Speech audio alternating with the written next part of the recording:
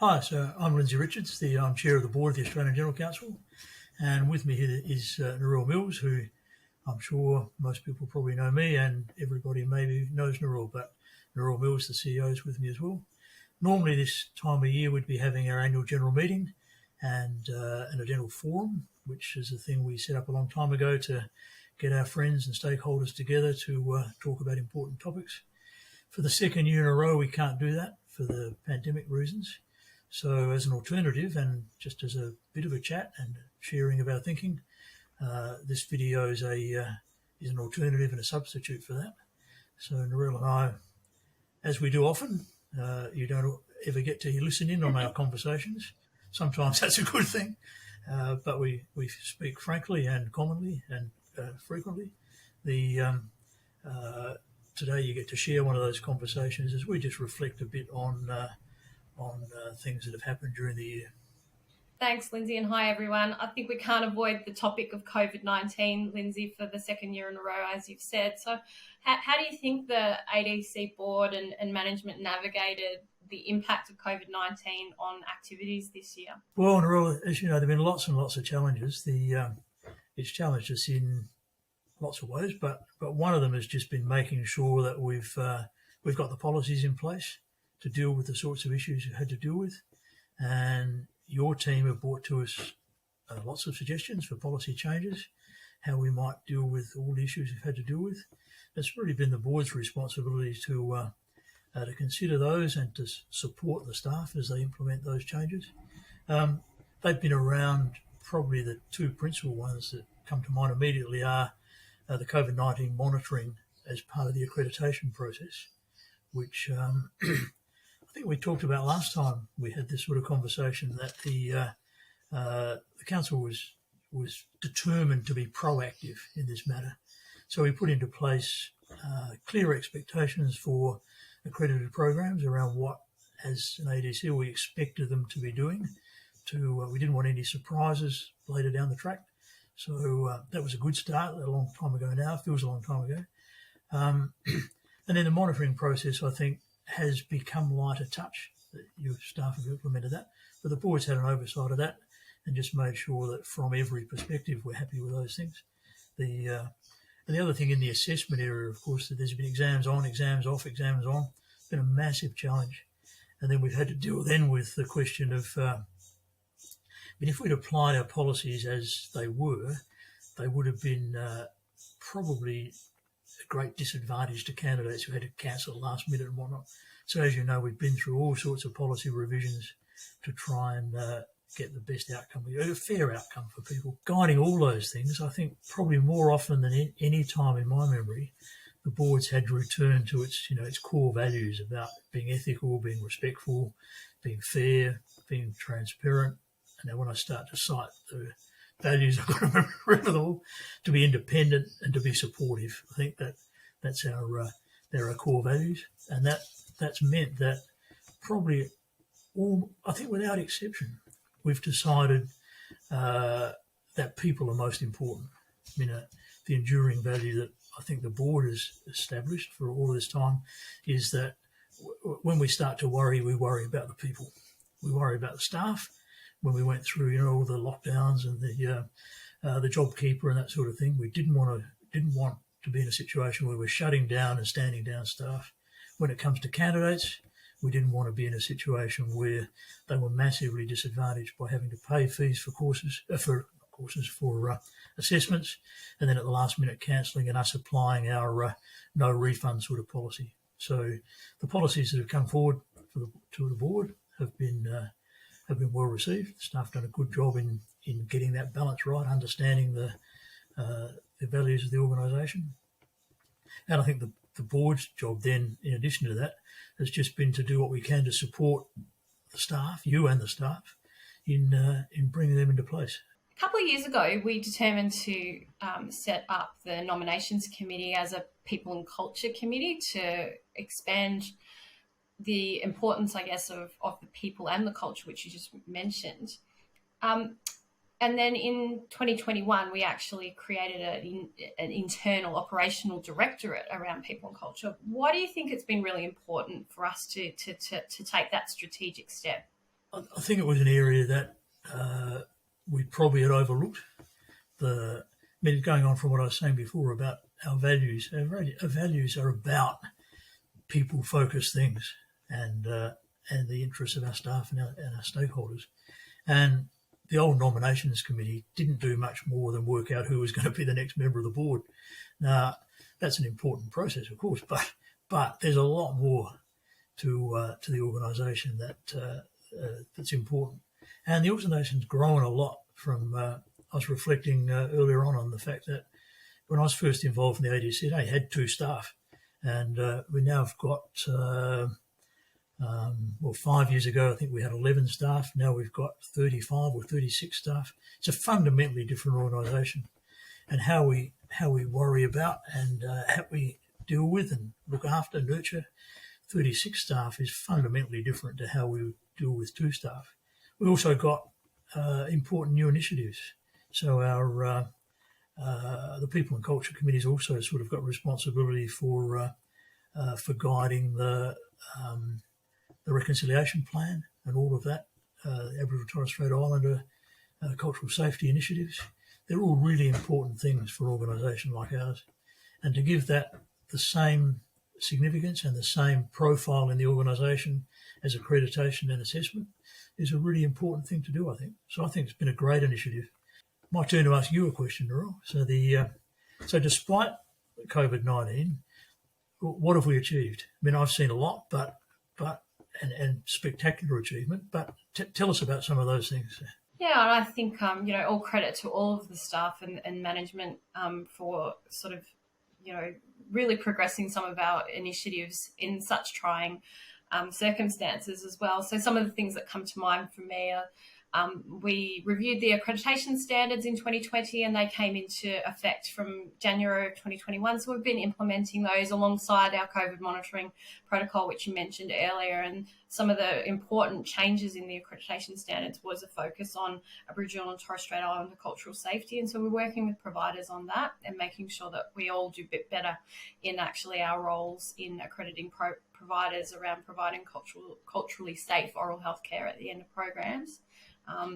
We also have promulgated a preparation for practice research in partnership with the University of Melbourne, and that really looked at how prepared graduates are from programs that we accredit for practice in oral health professions in Australia. And that really has been an important piece of research that's informed the review of the competencies that is ongoing at the moment, and really looking at a population view of what the competencies are and what a newly qualified dental practitioner needs to look like.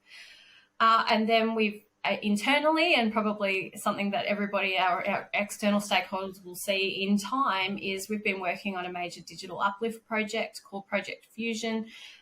It will be called ADC Connect when stakeholders see it, and it'll give everybody much greater self-service ability around the ways of interacting, ways of working with the ADC, including candidates, education providers, but board and committee members and other stakeholders as well. It's been a really important project for us and an enabling project for us to have data-informed decision-making and really drive some efficiencies in the business. And then probably one of the last kind of major changes for us has been, really gaining some momentum and success in our international business development opportunities. We signed a memorandum of understanding with the higher education regulator in the United Arab Emirates, and that really gives us a profile in the country, recognises the standards, the Australian standards in the UAE as being the standards that they are looking to have external benchmarking for. I think that's really testament to the value of the Australian process, the way that dental education is undertaken here. And, we're looking forward to rolling that out again next year in the implementation of that relationship. So, of course, we have been heavily impacted by COVID, and there've been all the policy work that you mentioned earlier on, Lindsay, but certainly have been progressing some of the really important work that we need to do as the accreditation authority as well. In addition to the organisation, for you personally, there's been some highlights or some changes at least. So the your modesty prevented you from explaining that. And people might not know, but there's a Health Profession Accreditation Committee forum, which is all of the regulated health professions. And from time to time, the chair of that changes, and Narelle now is the chair of that group. So that, I think, is a recognition to a slight extent of dentistry's status in the system, but also to a very large extent of your high standing with your peers. So that your election to that position, I think, is an achievement. I ask you about achievements. That's an achievement, I think. And also the Independent Accreditation Committee, which was set up by the ministers. So Narelle neglected to explain that she's also a member of that, which is great, I think. It's a great recognition of the contribution that you make, not only in dentistry, but across the system. Yeah, look, I was really humbled to be elected by my peers, as you said, elected to the chair of the Health Professions Accreditation Collaborative Forum. And with that comes opportunities for me to sit on the Independent Accreditation Committee, as you've said, but also represent accreditation voice in, a number of different groups, including the Education Reference Group for APRA. I still continue my role on the APRA Aboriginal and Torres Strait Islander Cultural Safety Strategy Group, and I'm progressing conversations about disability and developing curriculum around that. So it's a real privilege. I enjoy that part of my role and working with the other health professions for the benefit of, health education more broadly. So thanks for acknowledging it. It's a real privilege. It's a lot of work, and the ADC is really behind supporting its CEO being on those external groups because, it's recognition that it's important, but also that, we can make a difference as well. Well, while we're in the thankful mode, this is your final board meeting. You've timed out on the board, Lindsay, and as I understand, you've been around the ADC and before it was even the ADC since 1995, contributing greatly to the activities. What are your reflections on the ADC, over time and your period of involvement? I have been reflecting on it, actually, I think, and in lots of ways. And I'll reflect on it some more, and I'll probably write you a long letter one day about all the things I think about. But the overwhelming things are how the organisation has changed. And when I was first involved in ADC things, it was in a time when the General Dental Council was still accredited Australian programs. We really the ADC at that stage was really a forum for the chairs of the boards of the states and territories, and its role was very different to what it is now. Interestingly, then, this is one of my hobby horses a bit. The system, the assessment system was very centralised. And so the National Office for Overseas Skills Recognition ran the assessment processes for pharmacy and medicine and dentistry. And we used systems that pharmacy had developed and went to Canberra and set exams and those sort of things. And the organisation, so it was a very different organisation. And going back to one of my hobby horses, I think we'll see that pendulum swing back and forward, I think. So it was a centralised system. It became devolved to the professions, and we each took over those responsibilities.